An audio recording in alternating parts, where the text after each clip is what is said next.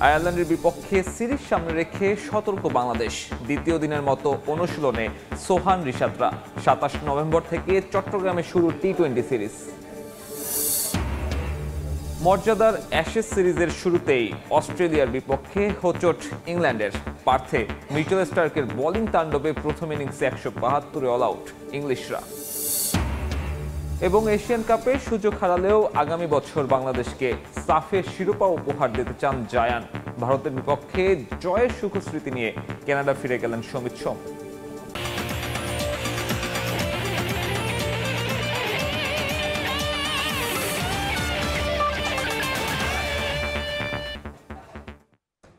বিশ্বের নানা প্রান্তের খেলাধুলার খবর নিয়ে আমাদের নিয়মিত আয়োজন খেলার সময়। আর এই আয়োজনে আপনাদের সঙ্গে আছি আমি সাব্বির মিথুন। শুরুতেই ভূমিকম্পে ক্ষয়ক্ষতির খবর। শক্তিশালী ভূমিকম্পে কেঁপে উঠল সারা দেশ। ভূমিকম্পে দেয়াল ধসে রাজধানীর বংশালে ৩ জন এবং নারায়ণগঞ্জে এক শিশু মারা গেছে। বিভিন্ন স্থানে হেলে পড়েছে বেশ কিছু ভবনও। সবশেষ খবর জানতে এই মুহূর্তে পুরান ঢাকায় আছেন সহকর্মী আয়েশা সিদ্দিকী সামিয়া। সরাসরি যুক্ত হচ্ছি তার সঙ্গে। বংশালের কষাইটলিতে আজ সকালে 10টা 38 মিনিটে ঘটে যাওয়া 5.7 মাত্রার যে ভূমিকম্পটি হয়েছে সেই ঘটনার প্রেক্ষিতেই কিন্তু এই বংশাল এলাকাটিতে ঘটনাস্থলে আসলে 3 জন নিহত হয়েছে, অর্থাৎ ঘটনাস্থলে 2 জন নিহত হন এবং পরবর্তীতে হাসপাতালে নেওয়া হলে তাদেরকে মৃত ঘোষণা করেন ডাক্তার। এবং 3 জনের এই ঘটনার ফলে কিন্তু আতঙ্ক ছড়িয়ে পড়েছে এলাকাবাসীর মধ্যে এবং তারা কিন্তু এখনও, অর্থাৎ ভূমিকম্প ঘটে যাওয়ার প্রায় 2 ঘন্টা পর এখনও কিন্তু তারা আসলে সড়কে অবস্থান করছেন। তাদের কেউ কেউ উৎসুক ভাবে এখানে আসলেও আসলে অধিকাংশই কিন্তু আতঙ্কে বাহিরে অবস্থান করছেন।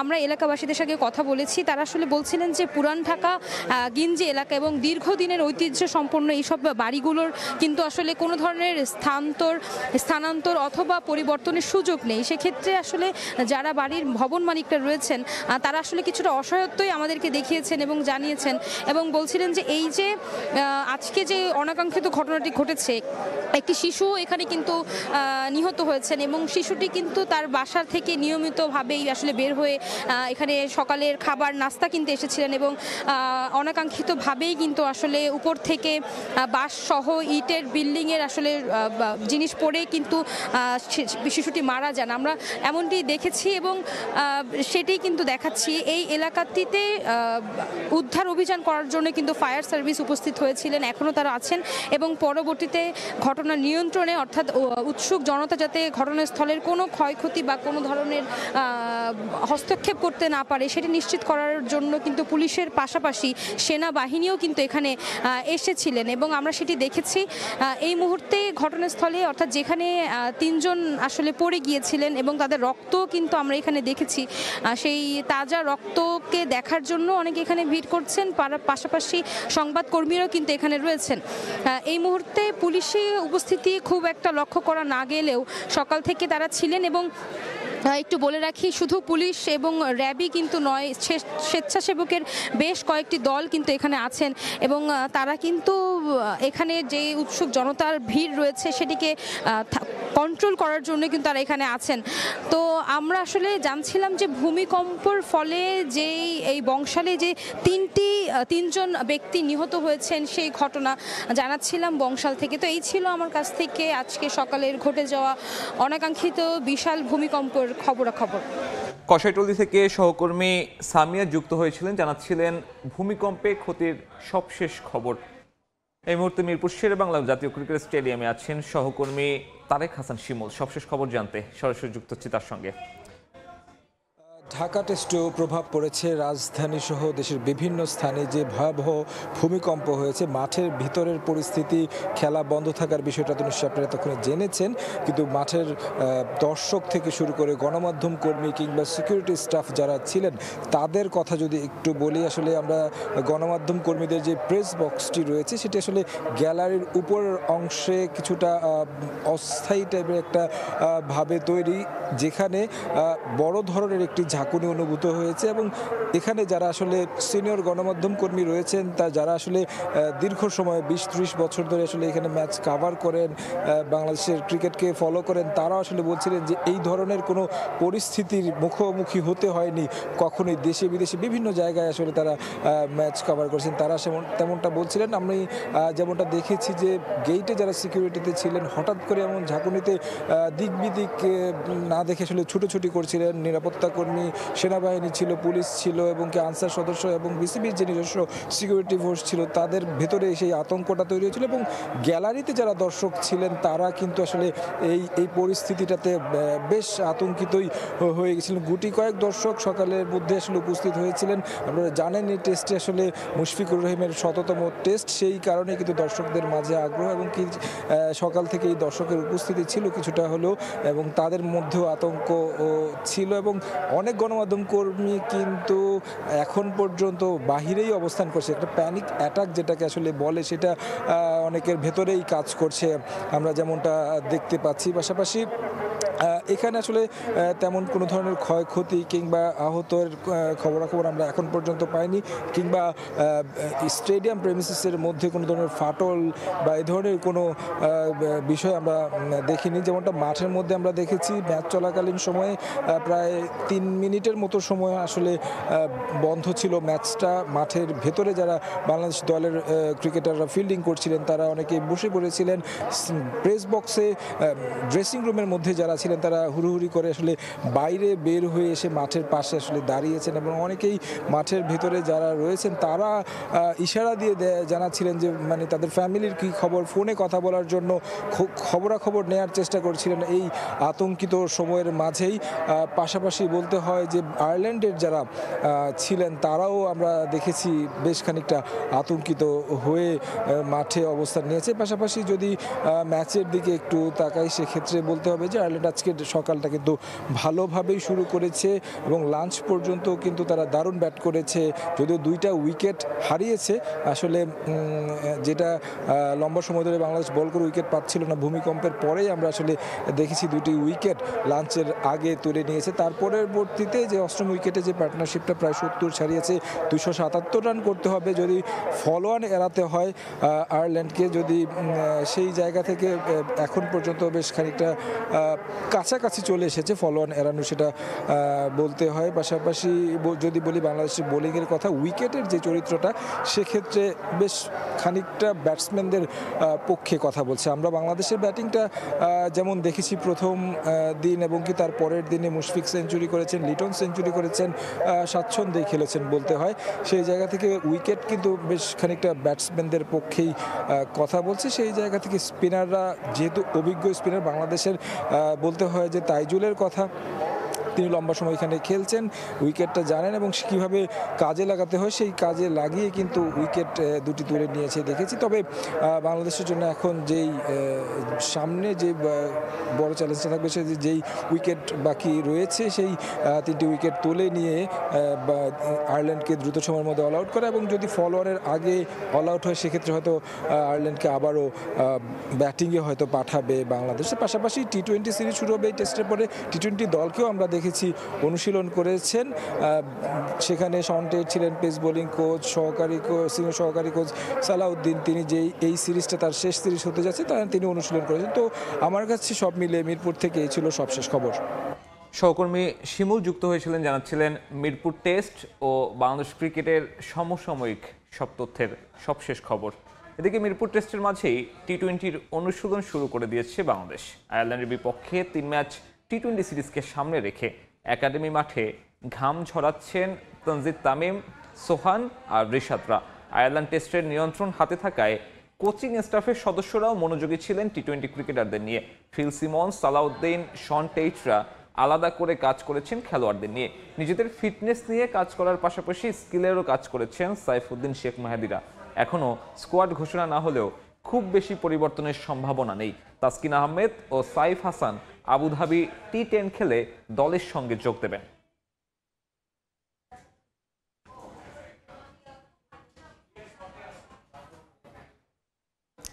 অ্যাশেজ ক্রিকেটের খবর, মাঠে গড়ালো টেস্ট ক্রিকেটের সবচেয়ে মর্যাদার আসর। তবে পার্থে শুরুতেই হোঁচট খেয়েছে সফররত ইংল্যান্ড ক্রিকেট দল। টস জিতে আগে ব্যাটিংয়ে নেমে মিচেল স্টার্কের বোলিং তোপে মাত্র 172 রানে গুটিয়ে গেছে ইংলিশরা। ওপেনিং ডেতে পার্থ স্টেডিয়ামের টিকিট সোল্ড আউট হয়েছে আরও বহু আগে। অজি সমর্থকরা তো আছেই, ইংল্যান্ড থেকে উড়ে গিয়েছেন অসংখ্য ইংলিশ সমর্থকরাও। রেপ্লিকা ট্রফি, ব্যানারে কথার লড়াই তো আছেই, তবে ম্যাচ শুরু হতেই সেই একই পুরনো চিত্র। অস্ট্রেলিয়ার মাটিতে বেন স্টোকসদের অসহায় আত্মসমর্পণ। প্রথম ওভারেই উইকেট তুলে নেন মিচেল স্টার্ক। ইনিংসের 30 ওভারের মাঝেই পূরণ করেন নিজের ফাইফার। টেস্টে 17তম আর অ্যাশেজে এই নিয়ে পঞ্চমবারের মতো একই ইনিংসে 5 উইকেট নিলেন অজি এই তারকা পেসার।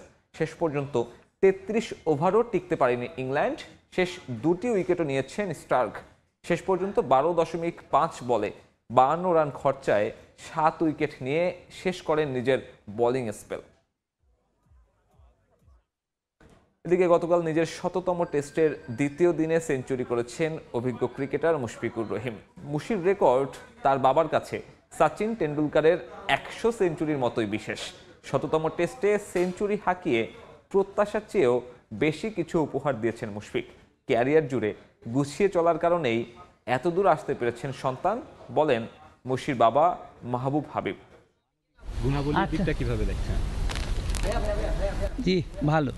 ছেলের কীর্তির কথা গর্ব করে বলছেন বাবা। পেছনে ছেলের কাছে ভক্তদের নানা আবদার। রেকর্ড গড়া মুশফিকুর রহিমের বাবা মাহবুব হাবিব কতটা সুখী তা তার অভিব্যক্তিতেও স্পষ্ট।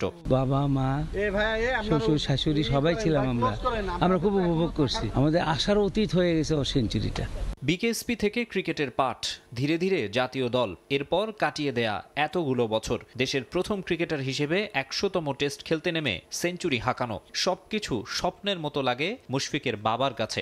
ও খুব সৎ ছেলে, ও খুব ক্লিন ছেলে, ও খুব টাইম মেনটেন করে চলা ছেলে, খুব গুছানো ছেলে। স্পেশাল বললে ভুল হবে, স্পেশাল বলা যায়। সেঞ্চুরি ওর 13তম, কিন্তু আমার কাছে মনে হলো টেন্ডুলকারের 100 সেঞ্চুরিতে সেঞ্চুরি করেছিল যেরকম, এই মাঠেই মনে হচ্ছে সেরকম স্পেশাল আমার কাছে মনে হচ্ছে। কারণটা হলো যে বাংলাদেশের প্রেক্ষাপটে, বাংলাদেশের মাটিতে বা বাংলাদেশের এই আবহাওয়ায় বেড়ে উঠে 20 বছর ধরে নিজেকে ধরে রাখা খুব সহজ কিন্তু না। কম খেলোয়াড়ই আছে তারা 20 বছর ধরে খেলাটাকে ধরে রাখতে পারে। তবে এখন এফটিএতে অনেক খেলা আছে, বোধহয় আর 20 বছর কারো লাগবে না, 15-16 বছর হলেই 100 ম্যাচ খেলবে। বিপিএল ফ্রাঞ্চাইজি ঢাকা ক্যাপিটালসের মেন্টর হলেন পাকিস্তানের কিংবদন্তি পেসার শোয়েব আখতার। এক ফেসবুক পোস্টের মাধ্যমে বিষয়টি নিশ্চিত করেছে ফ্রাঞ্চাইজি। গেল মৌসুমে বিপিএলে অভিষেক হয় ঢাকা ক্যাপিটালসের। প্রথম মৌসুমে মেন্টর হিসেবে দলটির সঙ্গে ছিলেন আরেক পাকিস্তানি সাবেক ক্রিকেটার সাইদ আজমল। এবার ঢাকা দলের সঙ্গে যুক্ত হলেন রাওয়ালপিন্ডি এক্সপ্রেস খ্যাত শোয়েব আখতার নিজেই। 2011 সালে আন্তর্জাতিক ক্রিকেট থেকে অবসরে যান শোয়েব। এরপর প্রদর্শনী ম্যাচ খেললেও স্বীকৃত কোনো টি-20 লিগে খেলেননি বিশ্বের সবচেয়ে দ্রুতগতির বোলার। খেলোয়াড় জীবনে বিপিএলে না খেললেও এবার বিপিএলের সঙ্গে যুক্ত হচ্ছেন 50 বছর বয়সী সাবেক ক্রিকেটার। অবশ্যই এর আগে বাংলাদেশের ঘরোয়া ক্রিকেটে খেলার অভিজ্ঞতা আছে শোয়েব আখতারের। 2010 সালে এনসিএল টি-20তে সাইক্লোনস অব চট্টগ্রামের হয়ে খেলেছিলেন কয়েকটি ম্যাচ।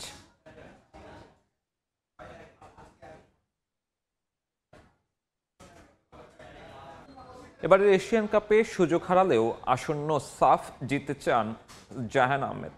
তার বিশ্বাস আগামী এশিয়ান কাপের মঞ্চে প্রতিনিধিত্ব করবে বাংলাদেশ। এদিকে হামজা সমিতের সঙ্গে মাঠে সবচেয়ে বেশি সময় উপভোগ করেন জায়ান। নিজেকে পরিণত করে তাদের কাছ থেকে অনেক কিছু শেখার আছে বলেও মনে করেন তিনি। নিজেকে ভাগ্যবানই মনে করেন জায়ান আহমেদ। অল্প সময়ে বেশ জনপ্রিয়তা পেয়েছেন এই তরুণ ফুটবলার। দেশ ছাড়ার আগে বিমানবন্দরে তাকে ঘিরে ভক্তদের আগ্রহ তারই প্রমাণ। হাসি মুখে তাদের সেলফির আবদার পূরণ করেছেন তিনি। লাল সবুজ জার্সি গায়ে চাপানোর পর সমর্থকদের ভালোবাসায় মুগ্ধ জায়ান। তাই ভক্তদের ভালোবাসার প্রতিদান হিসেবে আগামী সাফ জেতার লক্ষ্য তার। Obviously, I'm Asian Cup জন্য qualify করি নাই, but I think next step is সাত জিততে হবে, and then inshallah from there we keep going up. Communicate করি সবসময়, সবার সাথে টেক্সট করি, সবার অনেক ফ্রেন্ডলি, ওদের সাথে ভালো রিলেশনশিপ আছে, সো হ্যাঁ ডেফিনেটলি আমি সবার সাথে ইন টাচ। স্বল্প সময়ে দলের সঙ্গে ভালোভাবেই মানিয়ে নিয়েছেন জায়ান। তবে মাঠে হামজা সমিতদের সঙ্গে কাটানো সময়টা সবচেয়ে বেশি উপভোগ করেছেন তিনি। নিজেকে পরিণত করতে শিখতে চান এই দুই তারকার কাছ থেকে। Like you said, I think between Hamza and Somit, I think either one of those two. It's very important যে আমি দেখি যে established players like Hamza, Somit ওরা কি করে, আর ওদের থেকে অনেক শিখি আমার খেলাতে অ্যাপ্লাই করতে পারবো। এবারের যুক্তরাষ্ট্রে ফেরাটা একদম ভিন্ন জায়ান আহমেদের। জাতীয় দলের হয়ে 4 ম্যাচের সুযোগ পেলেও সমর্থকদের এমন ভালোবাসা তার জন্য নতুন এক অভিজ্ঞতা। যখন আমি প্রথম আসছি under-23 জন্য আমি আশা করি নাই যে এত লাভ এত সাপোর্ট পাবো। So I'm just very happy. জাতীয় দলের পাশাপাশি জায়ানের সব মনোযোগ আপাতত পড়াশোনা নিয়ে, তাই পেশাদার ফুটবল নিয়ে ভাবছেন না এই তরুণ ফুটবলার। রিফাতুল ইসলাম মিরন, সময় সংবাদ, ঢাকা। স্বাগত খেলার সময়। নির্ধারিত হলো বিশ্বকাপের আন্তঃমহাদেশীয় প্লে অফের ম্যাচগুলো আয়োজনের ভেন্যু। মেক্সিকোর গুদালাজারা ও মন্তেরে স্টেডিয়ামে অনুষ্ঠিত হবে ইন্টার কনফেডারেশন প্লে অফের সবগুলো ম্যাচ। 5 মহাদেশ থেকে 6টি দেশ লড়বে সেখানে।